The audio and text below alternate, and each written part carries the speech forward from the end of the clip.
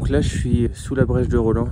Donc je suis parti ce matin, il était 5h30, 5h35 du lieu de bivouac près du refuge des Sarradés. Donc j'ai entamé la montée de nuit, je viens d'arriver, là le jour se lève à peine. Il y avait un sacré névé une fois qu'on avait passé le premier ressaut là, qui était gelé, il fait -1 là. Le névé gelé en pente, c'était pas évident sans crampons. Ça l'a fait quand même, mais c'était dangereux. Voilà, donc là je vais attendre un peu que le jour se lève, c'est sublime. Je vois une mer de nuages sur Gavarnie, tous les sommets environnants, et puis derrière je pense que c'est le cirque d'Ordessa peut-être, je sais pas. C'est très beau.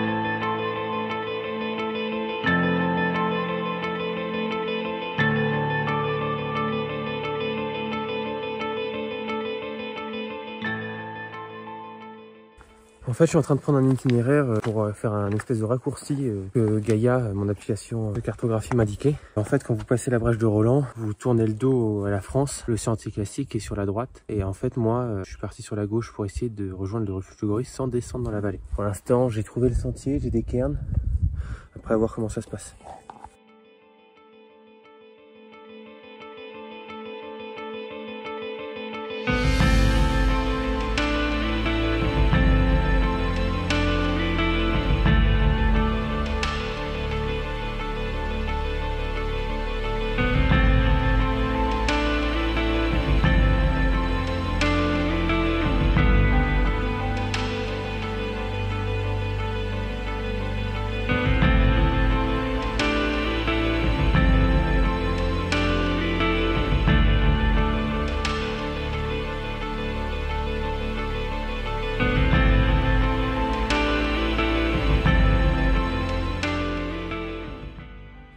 Bon bah finalement mon option elle était payante, c'était un raccourci, on n'avançait pas vite dessus, mais par contre je pense que je me suis évité un détour et un peu de dénivelé. J'ai aperçu le refuge de Goris tout à l'heure, donc je suis pas loin, je dois être à 10 minutes là pour l'instant et je vais m'y arrêter, faire une petite pause.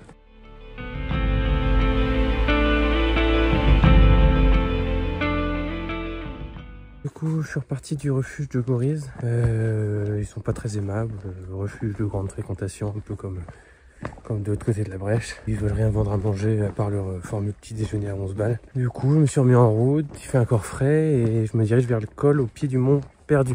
Montée perdue, donc il n'y a pas grand chose à monter, près de 200 mètres. Et puis après, je pense que ça sera une descente dans la vallée avant de remonter sur l'autre versant. À plus tard.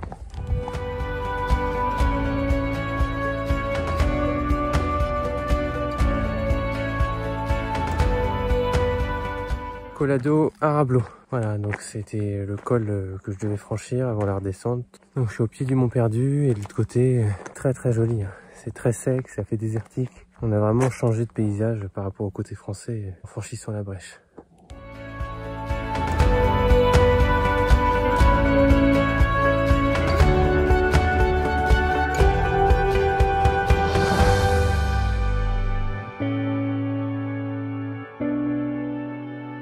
Il y avait un premier passage délicat sur la partie espagnole, un câble, enfin une ligne de vie qui est installée pour descendre une paroi rocheuse qui est assez raide. Ça se fait sans problème, mais il faut être vigilant. On vient de là, on a descendu ça comme ça, hop, voilà.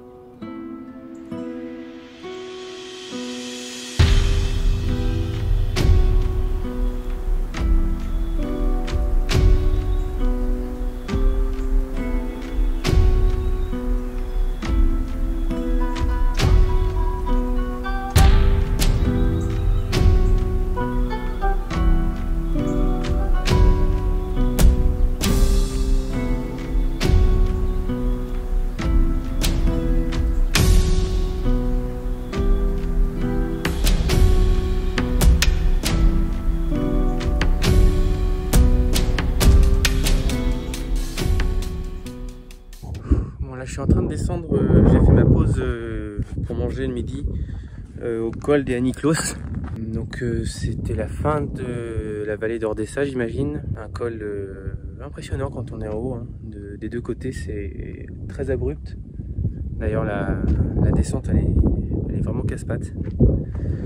Donc là je redescends, j'ai l'impression, et puis après il faudra remonter à nouveau. Voilà, moi tout à l'heure.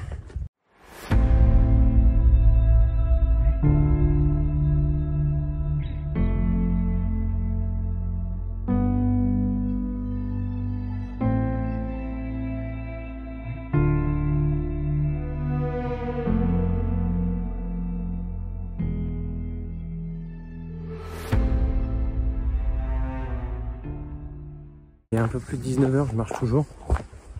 J'ai pas pu emprunter l'itinéraire que je voulais. Il y avait des banderoles, il était interdit parce que trop dangereux apparemment. Du coup, j'ai emprunté le GR11 qui m'a fait descendre toute la vallée jusqu'au refuge de Pignetta. Je me suis arrêté là-bas, j'ai mangé un sandwich. Ça faisait quand même une descente de 2007 à 1002. Je suis reposé 40 minutes. Après, au vu de l'état de mes chaussures, qui sont complètement ouvertes, j'ai décidé de faire du stop jusqu'à Biesla pour éviter en fait de remonter au-dessus du refuge de Pignetta pour demain redescendre finalement par une piste forestière. Ensuite j'ai marché jusqu'à l'embranchement à Parzane, un peu après Parzane, du GR11 qui remonte en direction du col des 13 Caballos. Je pensais bivouaquer avant, toutes les cabanes étaient prises, j'ai passé le col et là je redescends. Je vais vers la cabane Salina. Donc j'espère qu'elle est libre, parce que si elle n'est pas libre, je suis quasiment à 40 km. Énormément de dénivelé aujourd'hui. On doit être aux alentours de 3006, 3007 moins et un peu plus de 3000 plus. Donc je suis explosé. Voilà, à tout à l'heure.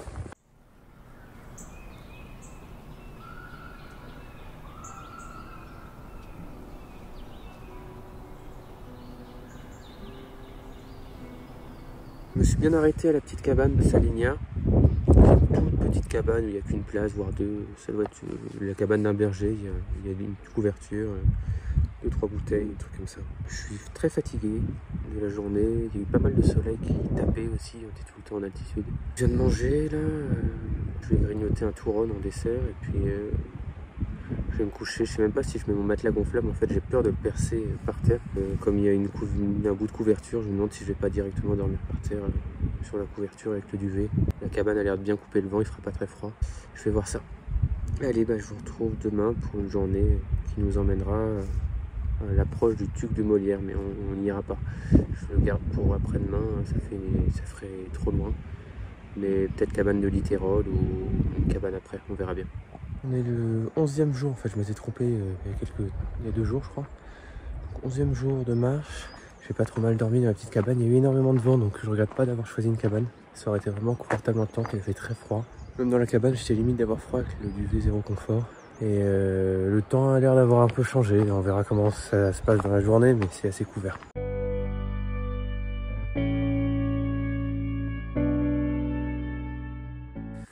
Ça y est, je viens de franchir le col Puerto de Estos.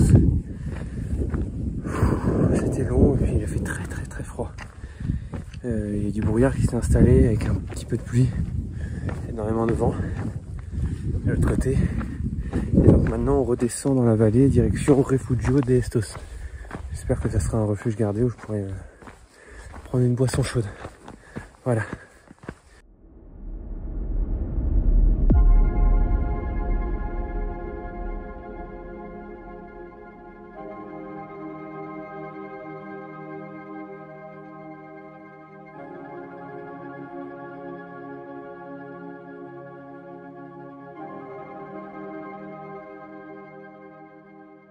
Donc là, j'ai passé le refuge des Estos, Refugio des Estos. Donc j'ai fait une belle pause, 1 heure à peu près. J'ai pris du jambon et du pain à manger. Je me suis remis en route. Je suis à un peu plus de 20 km là. On descend en vallée, là je vais remonter. Il y a un col à 2005 je pense. Et puis après il y aura une descente et encore une remontée. Mais ça avance pas trop mal, le temps a l'air de s'éclaircir mais il y a des gros nuages, beaucoup de vent.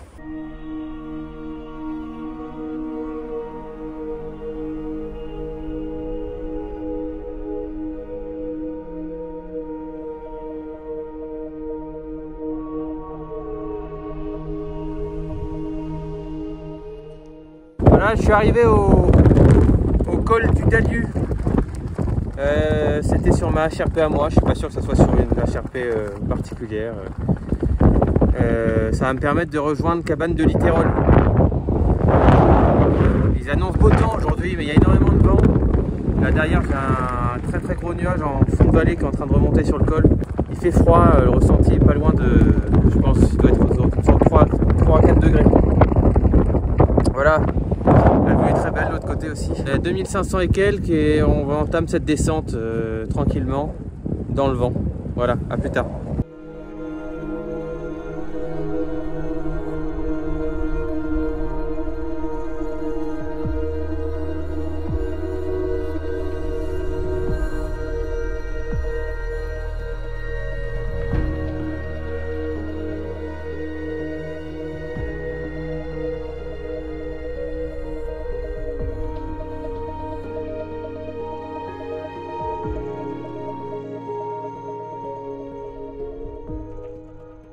Voilà, la journée est terminée, donc 38,5 km aujourd'hui. Je suis passé par le refuge de la Ranclusa, donc c'est un peu avant d'atteindre le Tuc de Molière, hein, on est dans la même vallée. Ensuite je suis monté un peu plus haut que le refuge, à 150 mètres au-dessus, et il y avait indiqué une petite cabane sur la carte. Je suis content, la cabane est vide, il n'y a personne. C'est une cabane qui est vraiment petite, qui doit faire, je sais pas, 4 mètres carrés. Mais ça va être cool pour la nuit. Et comme ça, pas besoin de monter la tente. L'environnement est sublime, c'est désert, il n'y a personne. Je vais me gonfler mon matelas, me faire à manger et puis après au lit. Hein.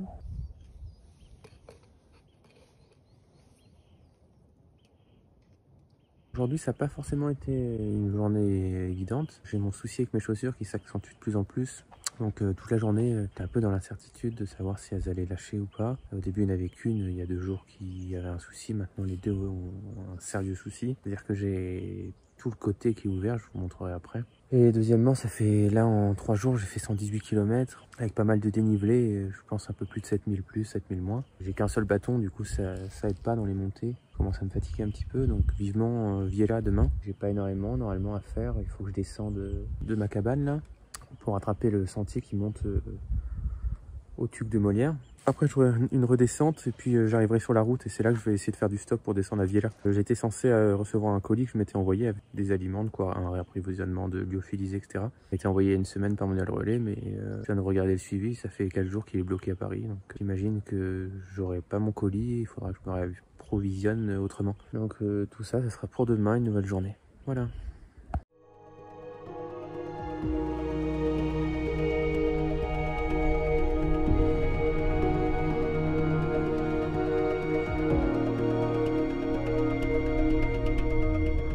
Jour 12 sur la traversée des Pyrénées. Je suis parti tôt de la cabane ce matin, 5h30 à la frontale, il faisait encore nuit. Là il commence à faire jour, il est presque 6h30. Donc je suis redescendu, j'ai descendu les 200 mètres que j'avais monté pour aller dormir. Et puis là, je suis en fond de vallée et je commence à monter, donc la montée finale vers le Tuc de Molière. Je suis à 2200 mètres d'altitude, donc il reste encore 800. Il fait beau, donc ça va être chouette. Allez, à tout à l'heure.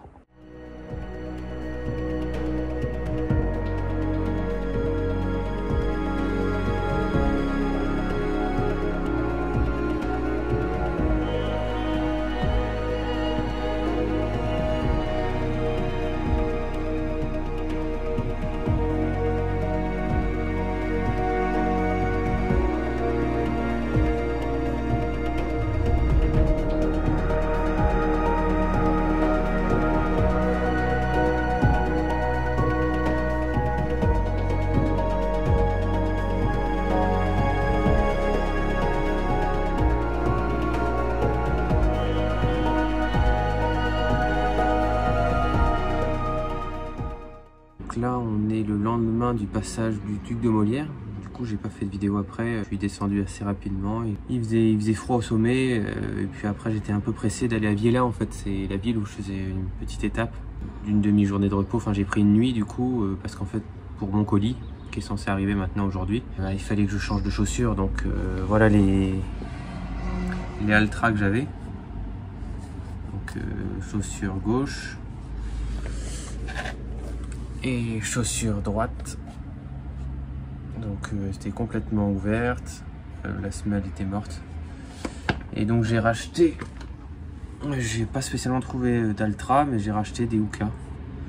Donc les Mafate Speed 2. Ça me fait un petit peu peur parce que je suis habitué à marcher en Ultra. La toe box qui est assez large, elles sont ultra confortables. J'ai jamais eu d'ampoule. Et je suis souvent sujet aux ampoules ou aux problèmes de confort avec les chaussures. Donc voilà, petite inquiétude pour le départ cet après-midi.